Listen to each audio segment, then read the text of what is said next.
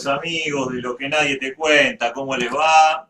Acá estamos en este cuarto miércoles transmitiendo en vivo desde Wilde, nuestro grupo Bioma. Acá a mi lado el señor Carlos Feiber.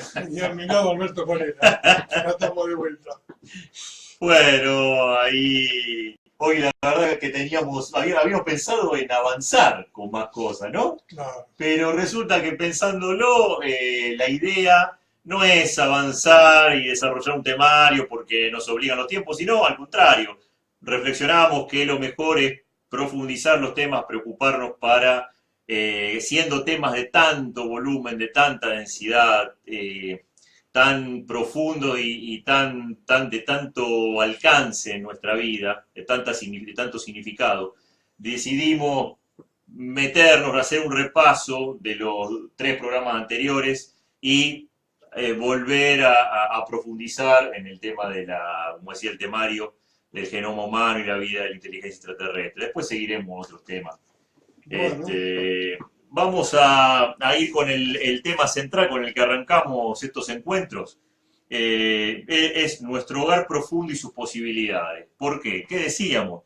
Bueno, nosotros empezamos con una definición ya desde el primer programa, que era: somos un ser de luz que habita un cuerpo material.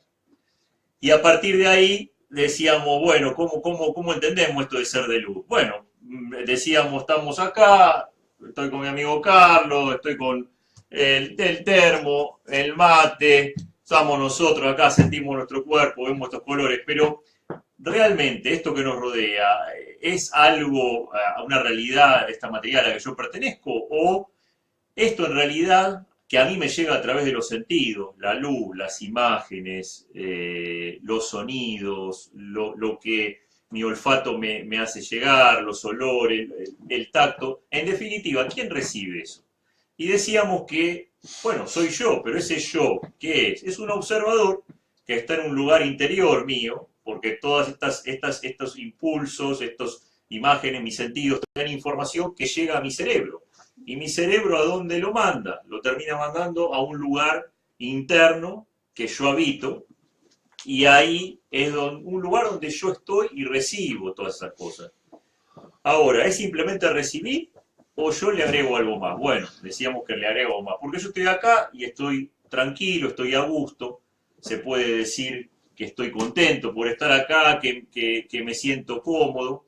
Entonces, no solamente yo recibo esas impresiones, sino que también les pongo una característica, una cualidad emocional, una emoción.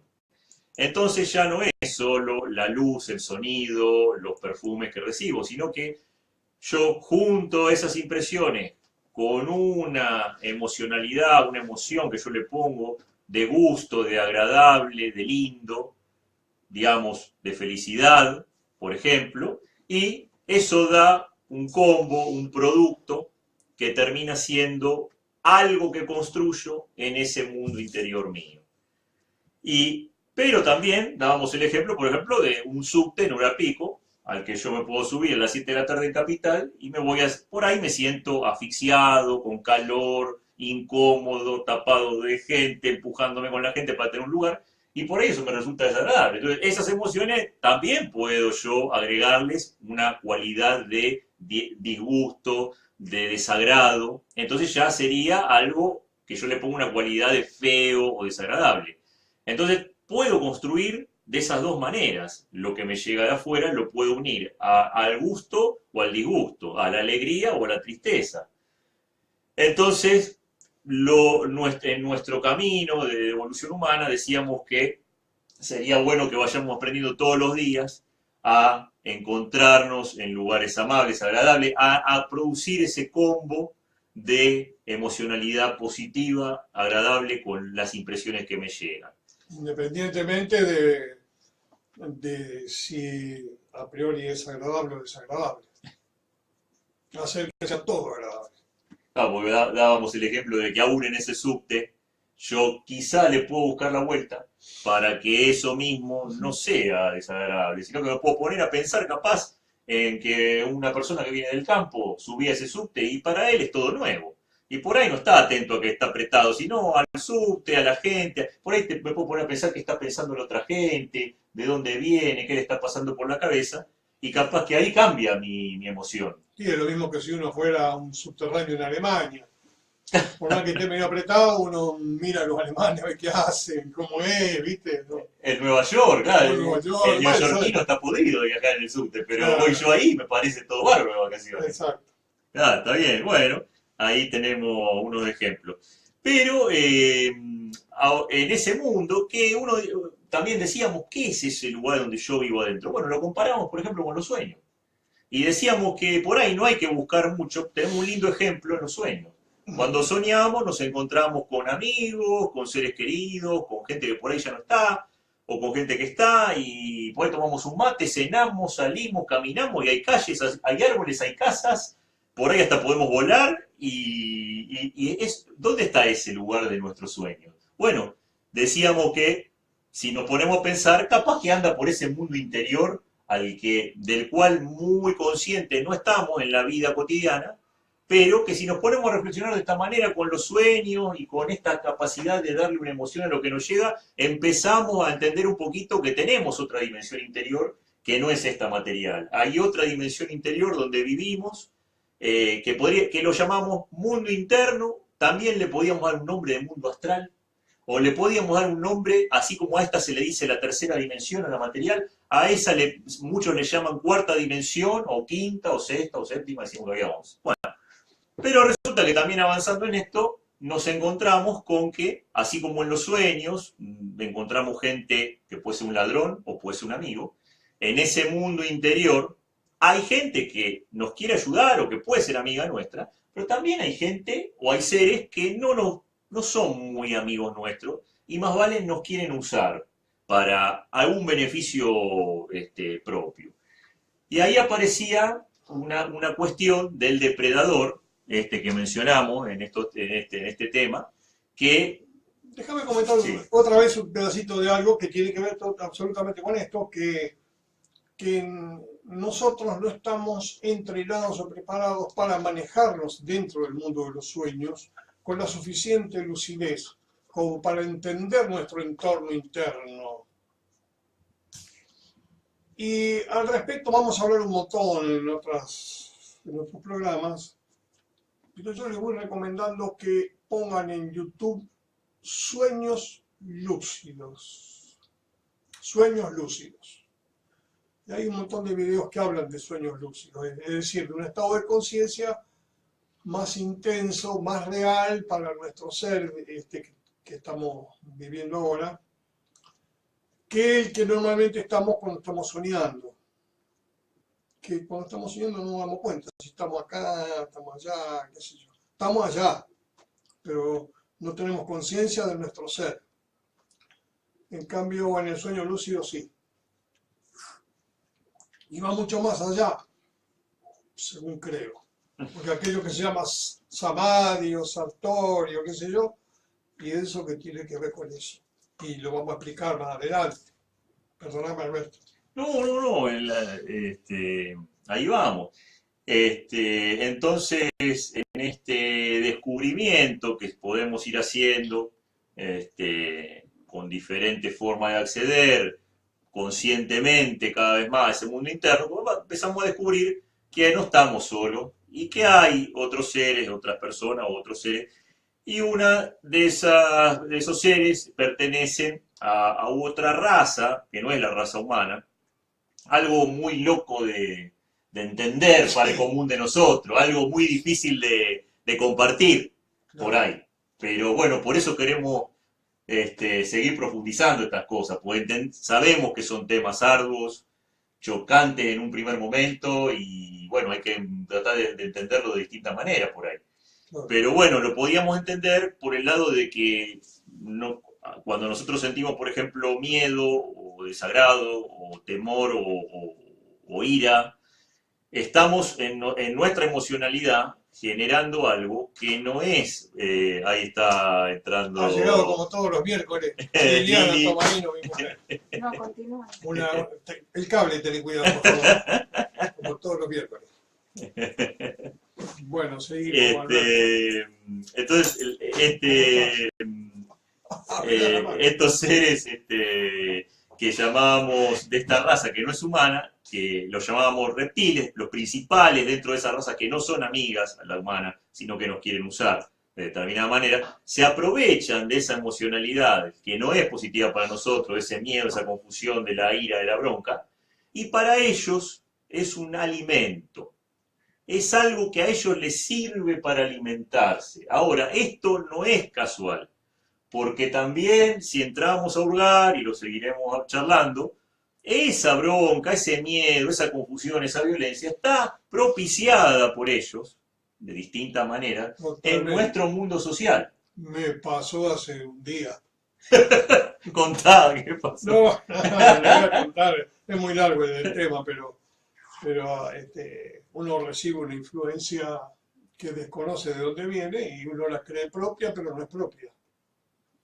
De repente es como que sentís una enemistad con alguien y le empezás a cargar cosas que él no está lejos de eso, pero resulta que vos se la empezás a cargar y no sos vos el que la carga. Te están soplando, te están presionando para llevarte a la violencia, llevarte al descontento, ese lugar donde ellos depredan.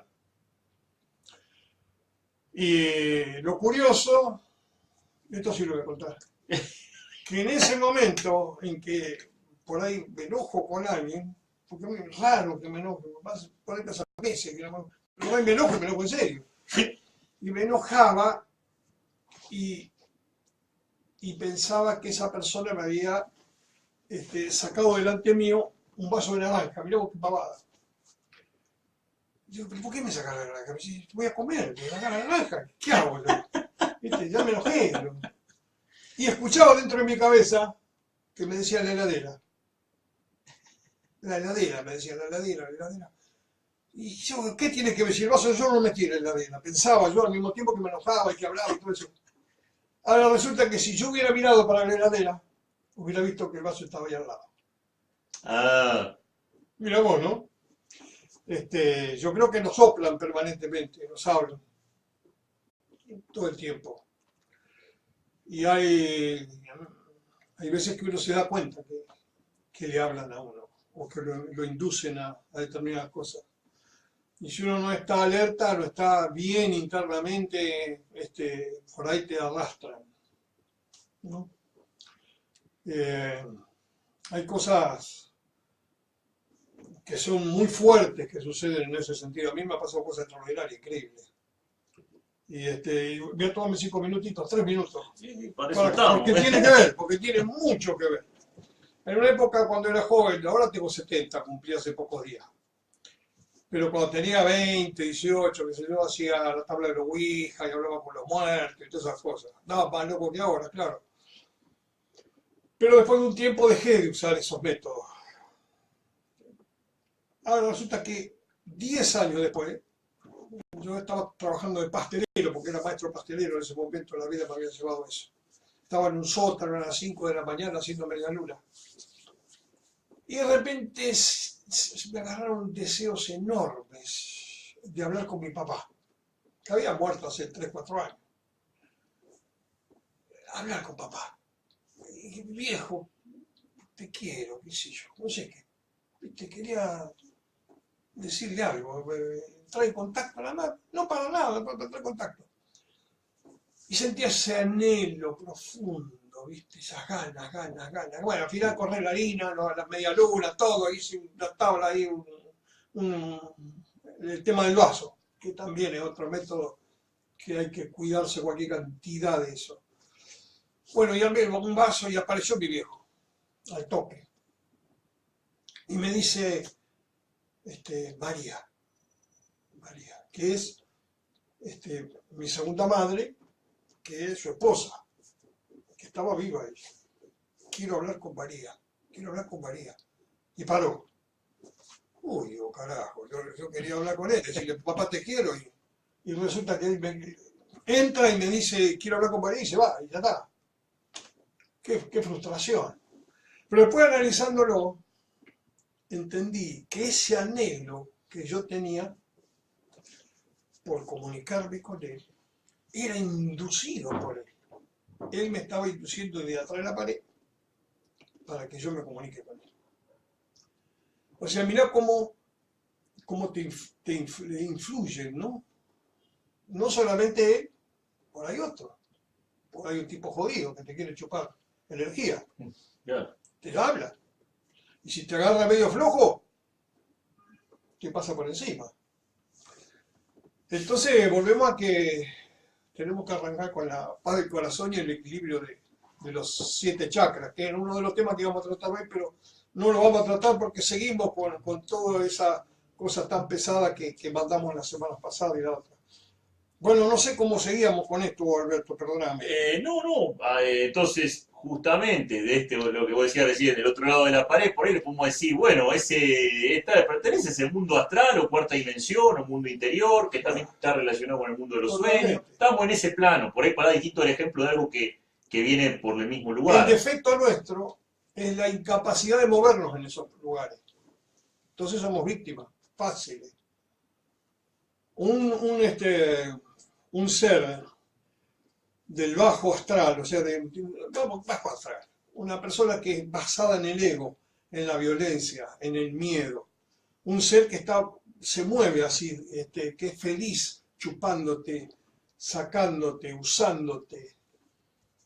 No estoy hablando de los seres humanos, que también pasa lo mismo, pero bueno, porque también tienen esa misma influencia. Pero vamos a estos otros seres que son más fuertes, con más poder, que tienen más antigüedad que estos 10.000 años que tenemos nosotros, antigüedad que tiene capaz que 1.000.000 de años dando vuelta por ahí y desarrollando estas capacidades, nos agarran y nos hacen pomada.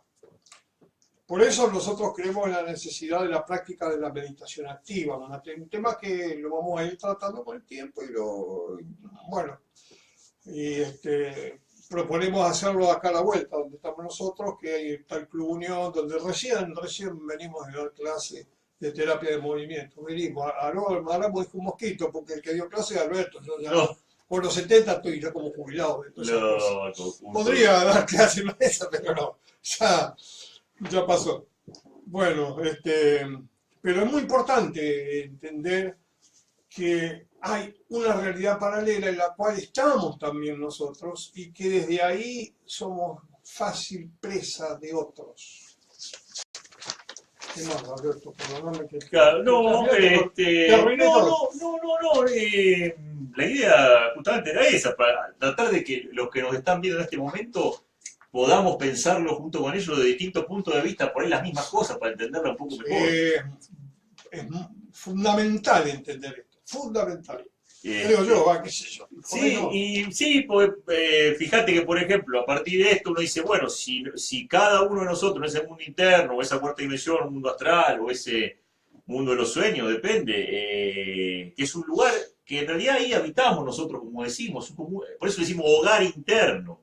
Claro. Es un hogar interno, es un lugar interno.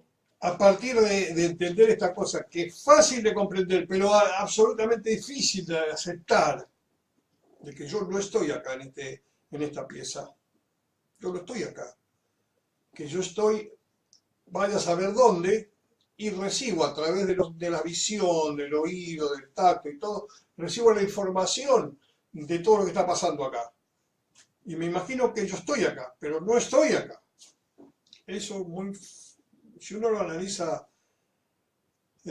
fríamente, lo entiende, lo puede entender, pero aceptarlo es mucho más complicado.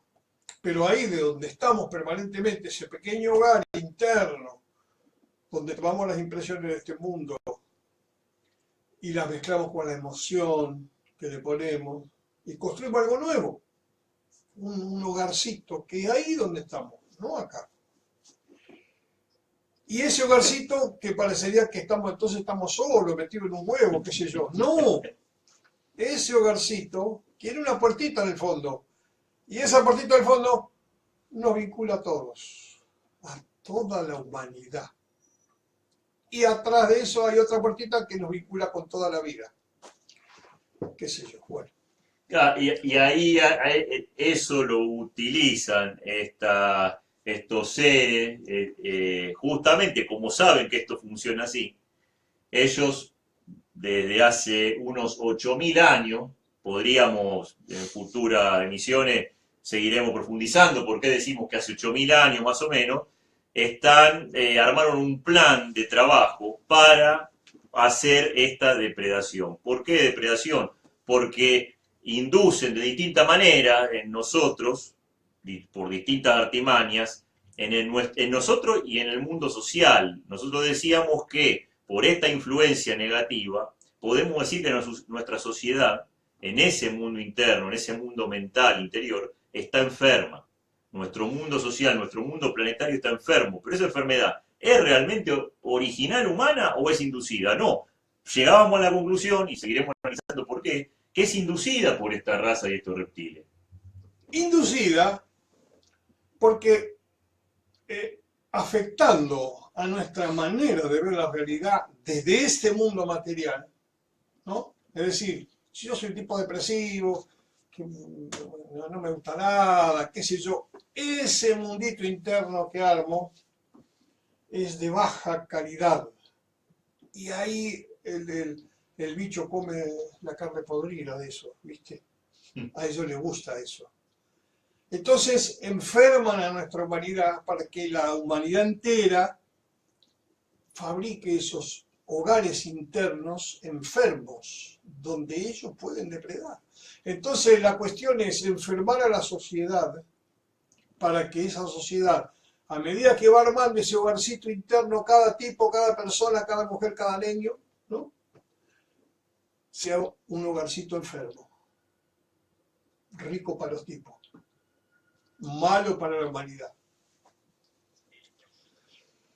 Bueno, y nosotros al no entender bien estas cosas, cómo funcionan, al no ser casi consciente o muy poco consciente de esa realidad interior, no tenemos prácticamente cómo defendernos.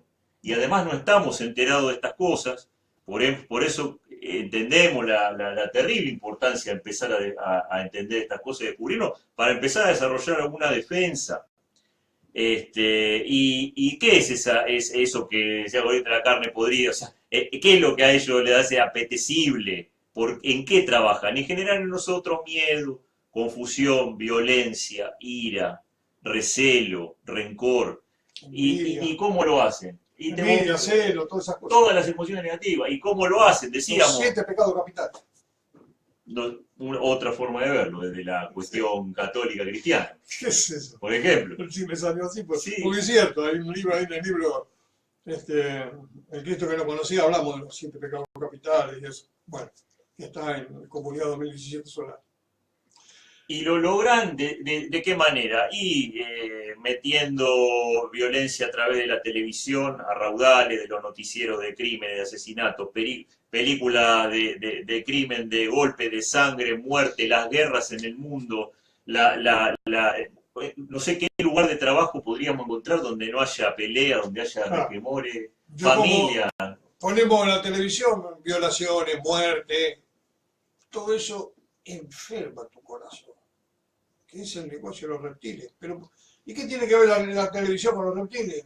Porque los tipos, hace 8.000 años, que empezaron a relacionarse con la cúpula de poder mundial y con la cúpula religiosa mundial de las religiones, y esa cúpula de poder, que sabemos que son 85 señores que tienen más de la mitad del poder del patrimonio, de la riqueza del planeta, y maneja más del 90%. Ellos son dueños de Coca-Cola, de Chevron, de Walmart, qué sé yo. De las industrias farmacológicas, de la farmacéutica, de los medicamentos, del cine. Está bien. Bueno, esos 85 que por ahí tienen nombre y apellido, Rothschild, Rockefeller, Kissinger, George Bush, toda esa gente que tienen otros nombres como de grupo, como Illuminati, como Mafia Hazara, como el grupo Bilderberg. Sí.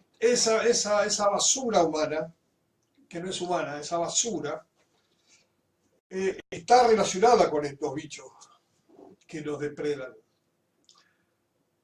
Y entre las herramientas de poder que ellos tienen El petróleo, la banca mundial, los medios de comunicación masiva, los laboratorios, el claro transgénico, qué sé yo. Pero los medios de comunicación masiva, lo que uno ve por televisión está filtrado. Y es como dice Henry Deacon, póngalo en YouTube, Henry Deacon, póngalo. Como dice él, apague la televisión. Bueno, porque estos bichos, a través de toda esa cadena que nos llega, lo que intentan es generar esto en nosotros, que armemos hogarcitos podridos adentro. Bueno, se nos fue los 7:25, pero nosotros con mucha diligencia preparamos para mostrarles un video que sacamos 5 minutos de 3 videos. Y armamos un videito de 15 minutos que se lo vamos a mostrar ahora, porque tuvimos la caradurez de decir que nuestro origen es extraterrestre. Dijimos que somos un experimento genético de razas inteligentes. La semana pasada, la otra. Que había un científico chino por allá que dice que hay 22 intervenciones en nuestro genoma humano inteligentes distintas, como que nos han construido, nos han ido construyendo a medida que venía uno y decía, oh, mira, le agregamos esto, 22 razas inteligentes terminaron este producto que somos nosotros. Y tenemos un videito de 15 minutos, así como introducción, porque hay mucho más para mostrar. Pero vamos a mostrar ese videito, Berto. Sí. Son casi y media, nos vamos a ir a como a 40 minutos. Sí, 15 minutitos bueno, más. Ahí vamos, Espérate. Ok. Ahí está.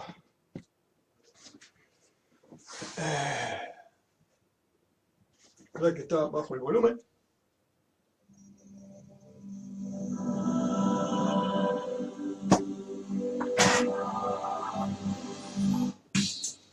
Francis Crick fue un importante físico, biólogo molecular y neurocientífico de origen británico, y también uno de los 2 descubridores de la estructura molecular del ADN, lo que le valió recibir el Premio Nobel de Medicina junto a James Watson y Maury Wilkins en 1962.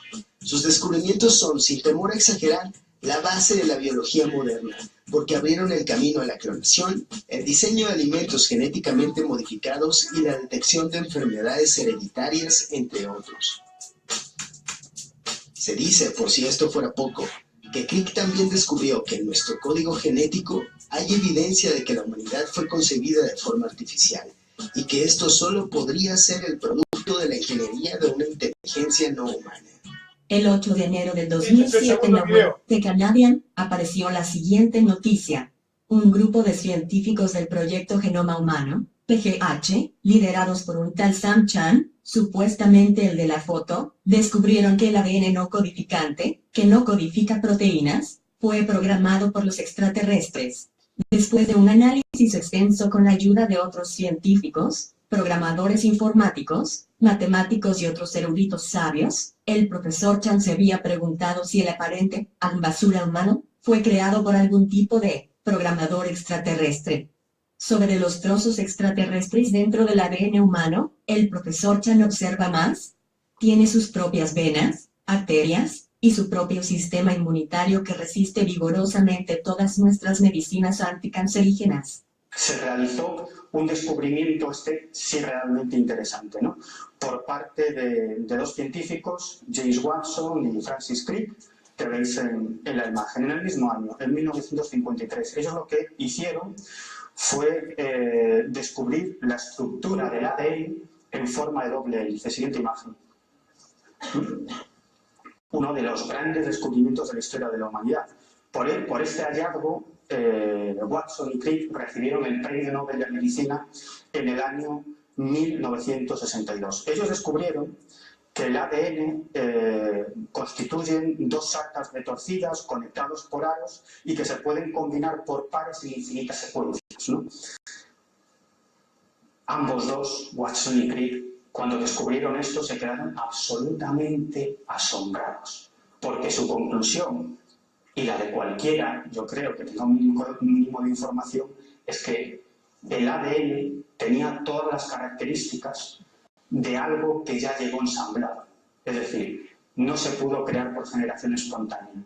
Ese elemento tan complejo, y es lo que pensaban Watson y Crick, tuvo que llegar así. Siguiente imagen. Bueno, aquí veis a uno de estos dos grandes científicos, a Watson. Watson fue el director del famoso proyecto Genoma Humano, que durante varias décadas él y una serie de científicos, los más importantes genetistas y microbiólogos del momento, ellos lo que hicieron fue lograr secuenciar todos los genes del ser humano, ¿no? Aproximadamente entre 20 y 25.000 genes que constituyen lo que es un ser humano. Obviamente, lo que no han logrado es esa piedra de Rosetta, ¿no? Decodificar, ¿no? Ese mapa genético del ser humano. Pero hace algunos años se logró, ¿no? Este proyecto tuvo un presupuesto, atención, de 280.000 millones de dólares, ¿no? Es uno de los grandes hallazgos de la historia de la humanidad. Watson, el carácter de Watson siempre fue muchísimo más conservador, ¿no?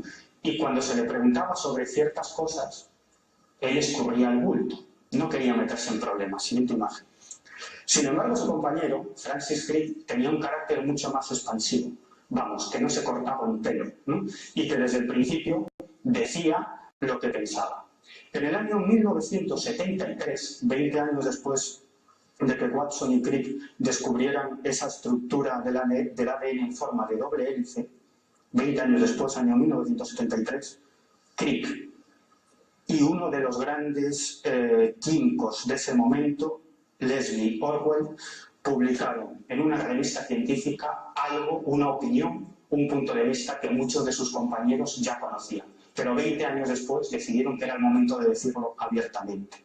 El premio Nobel Crick y Orwell, en ese artículo en una revista científica, declararon sin ningún tipo de miramientos que el ADN había llegado a la Tierra a bordo de una nave alienígena, que era la única posibilidad. Ojo, el propio descubridor de la estructura del ADN defendió sin ningún tipo de miramientos que la única posibilidad, y es lo que pensaban tanto Watson como Crick, que Watson siempre se mantuvo más al margen, es que eso ya había llegado formado, que el ADN llegó a nuestro planeta a bordo de una nave alienígena.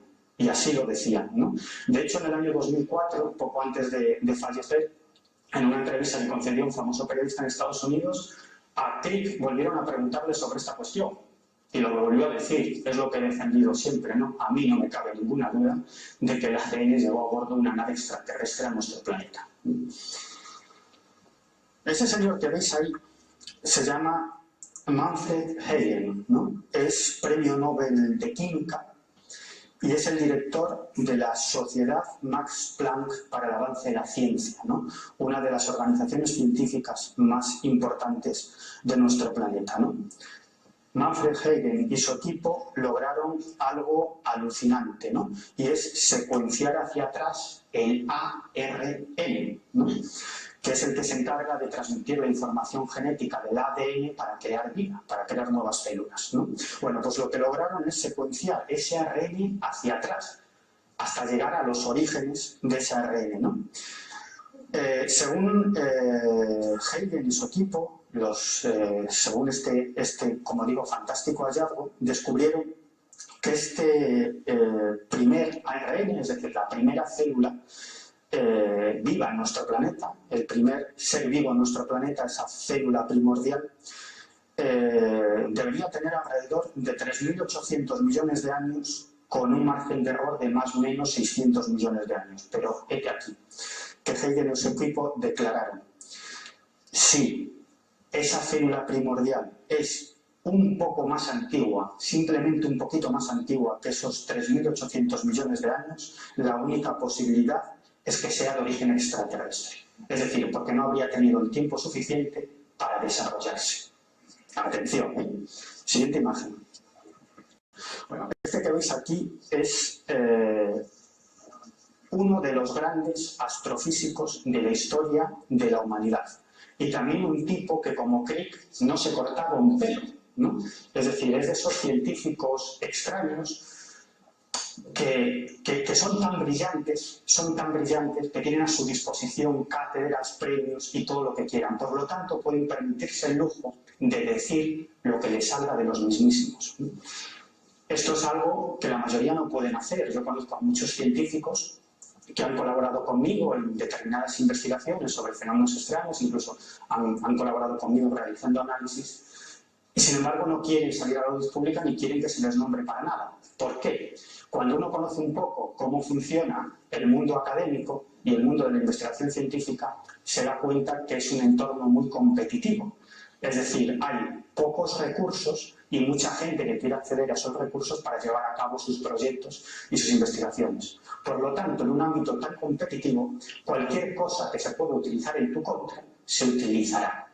Es decir, que si tú tienes alguna relación con estas cosas de los ovnis, eso se utilizará en tu contra para manchar tu nombre y quitarte de en medio en esa carrera hacia esos escasos recursos, ¿no?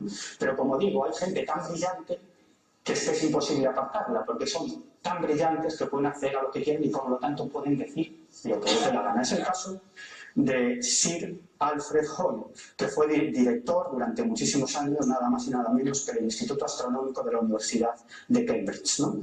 Bueno, pues Hoyle tampoco se cortaba. Decía, bueno, eso que defienden los evolucionistas de que una serie de elementos inertes formaron la primera célula, no hay Dios que se lo crea, ¿no? Es más, en base a una serie de cálculos estadísticos, Hoyle y otros astrofísicos calcularon lo siguiente. ¿Qué posibilidades hay de que la primera proteína se formase por azar? Y como os he explicado antes, la proteína es simplemente uno de los elementos, el menos complejo, de la célula, ¿no? Y hay 2000 proteínas en cada célula que deben ensamblarse de una manera concreta, ¿no? Es decir, nada, ¿no? O sea, y simplemente la formación de una proteína que es nada, ¿sabéis cuántas posibilidades hay de que se formara al azar? Una entre 10 elevado a 113 ceros. Es decir, poner 113 ceros después del 10, ¿no? O sea, una cantidad inimaginable. Desde el punto de vista estadístico, cualquier cosa que sus posibilidades sean mayores de una entre 10 elevado a 50 ceros nunca ha pasado en la historia del universo, ¿no? Y fijaros, para una proteína, simplemente para una proteína, el azar indica que la posibilidad es una entre 10 elevado a 113 ceros. 113 ceros después, ¿no? Pero, ¿qué posibilidades estadísticas hay de que se formaran esas 2000 proteínas necesarias para una célula por azar, ¿no? Bueno, pues los cálculos son 10 elevado a 40.000 ceros. Es decir, 40.000 ceros después del 10. ¿Y qué posibilidades hay de que esas proteínas se ensamblaran, apareciera, no se sabe cómo, el ARN, el ADN y el resto de la célula? Inimaginable, ¿no? Inimaginable. No se puede ni calcular porque nunca ha pasado. Y Hoyle, de una manera muy clara, él siempre hacía una metáfora. Nos decía, creer que la vida surgió en la Tierra por azar es lo mismo que pensar que un día un tornado pasa por un basurero y cuando ese tornado desaparece, esa basura, ese tornado con esa basura, lo que ha generado es un Boeing 727 con combustible, piloto y dispuesto para despegar, ¿no? Este señor que veis aquí es Richard Dawkins, ¿no? Seguro que a algunos suena, ¿no? Atención, es uno de los mayores defensores de las teorías evolucionistas de Darwin, ¿no? Es uno de los mayores defensores del darwinismo y además es uno de los líderes ideológicos del movimiento ateo, ¿no? Es el autor de un bestseller mundial que se llama El espejismo de Dios, donde dice cosas tan bonitas como la siguiente, ¿no? Cuando una persona sufre una alucinación se le llama loco, cuando muchas personas la sufren se le llama religión, ¿no? Bueno, pues este hombre, Dawkins, que como digo es ateo, defensor de la ortodoxia científica, defensor de las tesis darwinistas, en una entrevista se descuelga con lo siguiente cuando le preguntan sobre el origen de la vida en la Tierra, cómo surgió esa primera célula. Y Dawkins dice, hombre, la verdad es que esto es muy complicado, ¿no? Dice, pero bueno, una explicación tiene que tener, ¿no? Entonces le preguntan, ¿cuál es la explicación, señor Dawkins? Y dice, bueno, es decir, la vida en la Tierra, pues pudo llegar a bordo de una nave extraterrestre. Ojo, no pasa nada. Ahora, en ese planeta de origen, la vida se tuvo que desarrollar de algún modo darwinista que no sabemos, ¿no? Humberto, Bueno, estos eran los 15 minutos.